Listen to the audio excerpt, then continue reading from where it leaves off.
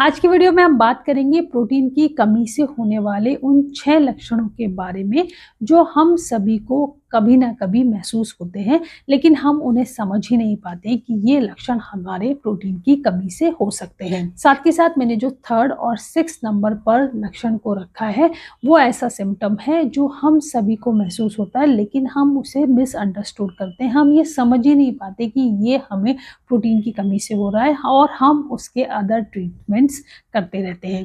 तो दोस्तों, आज की वीडियो में हम इन 6 लक्षणों के बारे में समझेंगे और इन लक्षणों को मात्र समझकर आइडेंटिफाई कर ही आप अपनी प्रोटीन की कमी को पूरा कर सकते हैं। साथ ही साथ हम ये भी समझेंगे कि हमारी डाइट कैसी होनी चाहिए और इस प्रोटीन की कमी को हम आसानी से घर के खाने से ही कैसे पूरा कर सकते हैं। तो चलिए शुरू करते हैं, वीडियो में बने रहिएगा।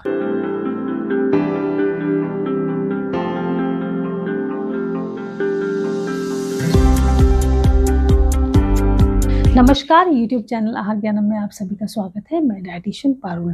दोस्तों, हम सभी प्रोटीन के बारे में जानते हैं। प्रोटीन एक ऐसा मैक्रो न्यूट्रिएंट है, जैसे कि कार्बोहाइड्रेट है, फैट है, उसी श्रेणी में प्रोटीन भी आता है। ये हमारे शरीर के लिए बहुत ही आवश्यक है। ये हमारे शरीर में रिपेयरिंग का काम करता है। इससे हमारी मसल स्ट्रोंग होती हैं, हमारे टिश्यू रिपेयर होते हैं।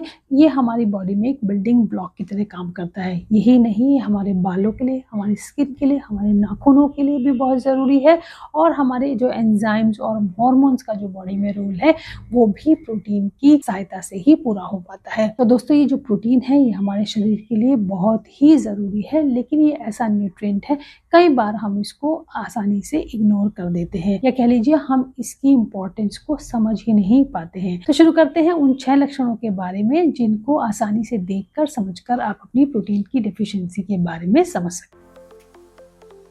तो नंबर 1 पर जिस लक्षण की हम बात कर रहे हैं वो बहुत ही कॉमन है, हम सभी जानते हैं, मसल लॉस और वीकनेस। दोस्तों, जब हमारे शरीर में प्रोटीन की कमी होती है तो उस कमी को पूरा करने के लिए हमारी बॉडी हमारी मसल्स में से उस प्रोटीन को निकालती है, जिसकी वजह से हमारी मसल्स जो हैं वो श्रिंक होने लगती है और हमारे शरीर का जो ढांचा है वो बिगड़ने लगता है। हम जल्दी ही बूढ़े दिखने लगते हैं और हमारे अंदर थकान और कमजोरी बनी रहती है। तो ये सबसे पहला इम्पॉर्टेंट लक्षण है। अगर आपको इस तरह की कोई भी वीकनेस महसूस हो रही है तो आप अपनी प्रोटीन डेफिशिएंसी को समझें। नंबर 2 पर हम बात करेंगे ग्रोथ इश्यूज इन चिल्ड्रन। जैसे कि हम सभी जानते हैं कि प्रोटीन बढ़ते बच्चों के लिए बहुत ही ज़रूरी है। ये हमारी बॉडी में बिल्डिंग ब्लॉक्स की तरह काम करता है। मतलब जो हमारी बॉडी की जो ये बिल्डिंग है, ये बन रही होती है, तो उसमें इसका महत्वपूर्ण रोल है। अगर प्रोटीन की कमी होती है जिसकी वजह से बच्चे की जो ग्रोथ है वो कम होती है, या कह लीजिए वो अपनी एज के हिसाब से उनकी हाइट नहीं बढ़ती या उनका वज़न कम रहता है, तो बच्चों में भी ये प्रोटीन की डेफिशिएंसी काफ़ी देखी जाती है, जिसकी वजह से बच्चे भी बहुत ज़्यादा चिड़चिड़े रहते हैं। तो आप बच्चों के तीनों मील में कोशिश करें प्रोटीन डालने की और उनको ऐसे ऐसे स्नैक्स दें, हेल्दी ऑप्शंस दें, ताकि वो प्रोटीन को आसानी से एंजॉय कर सकें। नंबर 3 पर दोस्तों हम बात कर लेते हैं वेरी इंपॉर्टेंट लक्षण या सिम्टम, कह लीजिए फ्रीक्वेंट इन्फेक्शन। जी हाँ, जब प्रोटीन की कमी होती है तो हमारी बॉडी की जो इम्यूनिटी है वो वीक होती है, जिसकी वजह से हम जल्दी जल्दी बीमार पड़ते हैं।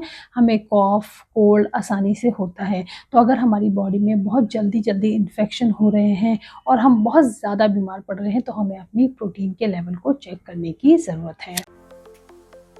नंबर 4 पे मैंने रखा है this is protein is very important for our hair, skin and nails. दोस्तों, ये जो हमारे स्किन है, ये नेल्स हैं हमारे, और ये जो हमारी पूरी बॉडी है वो प्रोटीन की बनी हुई है। अगर इसकी कमी होगी तो जिसकी वजह से हमारी जो स्किन है वो पैची होगी, उसमें रैशेज होंगे और स्किन में किसी भी तरह का कसाव नहीं रहेगा। धीरे धीरे हमारी स्किन ढीली पड़ती रहेगी। सेम वे में प्रोटीन की कमी से आपके हेयर भी रूखे होते हैं और वो टूटने लगते हैं।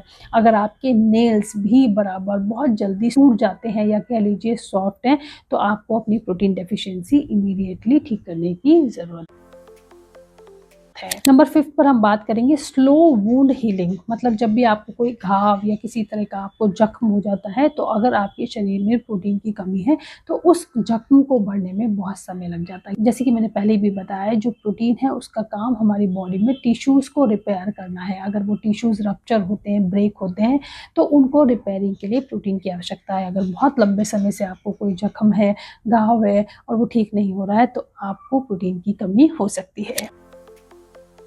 नंबर 6 बहुत ही इंपॉर्टेंट दोस्तों, स्वेलिंग इन द बॉडी। जैसे कई बार हमारे टखनों में, हाथों में और पैरों में स्वेलिंग होने लगती है, लेकिन हम ये समझ ही नहीं पाते कि ये स्वेलिंग हमें प्रोटीन की कमी से भी हो सकती है। तो प्रोटीन की कमी से जो हमारी बॉडी में जो टिश्यूज होते हैं उसके अंदर फ्लूइड इकट्ठा होने लग जाता है, जिसकी वजह से हमें स्वेलिंग होती है। तो आप अपनी प्रोटीन की कमी को पूरा करें और इस स्वेलिंग को आप उससे आसानी से ठीक कर सकते हैं। तो दोस्तों आज की वीडियो में हमने ये 6 लक्षणों के बारे में विस्तार से समझा। अगर आपको इनमें से कोई भी लक्षण दिखाई देता है तो आपको अपनी प्रोटीन की डेफिशिएंसी को ठीक करने की ज़रूरत है। तो अब इस प्रोटीन की डेफिशिएंसी को हम कैसे ठीक कर सकते हैं, हमारा आहार कैसा हो ये जानना भी बहुत ज़रूरी है।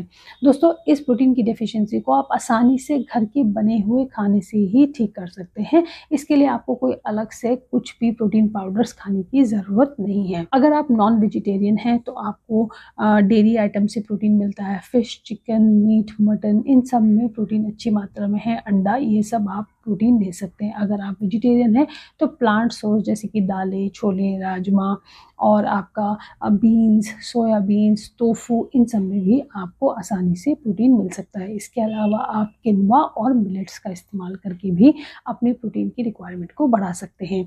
कोशिश करें आप अपने तीनों मील में प्रोटीन खाएं। मोस्टली हम लोग क्या करते हैं, हमारी जो जीवन शैली वो इस तरह की होती है कि हम रात को ज़्यादा खाना खाते हैं और लंच और ब्रेकफास्ट को हम मोस्टली इग्नोर करते हैं। तो ऐसा करने से आप रात को प्रोटीन ज़्यादा खाते हैं और लंच और ब्रेकफास्ट में इसको इग्नोर करते हैं। हमें ऐसा नहीं करना है। हमें अपने प्रोटीन को तीनों मील में इक्वली डिवाइड करना है। लंच में भी आप प्रोटीन रखें, ब्रेकफास्ट में भी रखें। ब्रेकफास्ट में आप प्रोटीन के लिए दाल का चीला, बेसन का चीला, स्प्राउट्स या फिर अंडा रख के कर सकते हैं। लंच में आप दाल, चिकन, फिश, अंडा या फिर छोले, राजमा, चना, इस तरह का कोई भी आइटम खा सकते हैं। साथ में आप ब्राउन राइस ले सकते हैं, किनवा ले सकते हैं। इन सब में आपको प्रोटीन मिल जाएगा।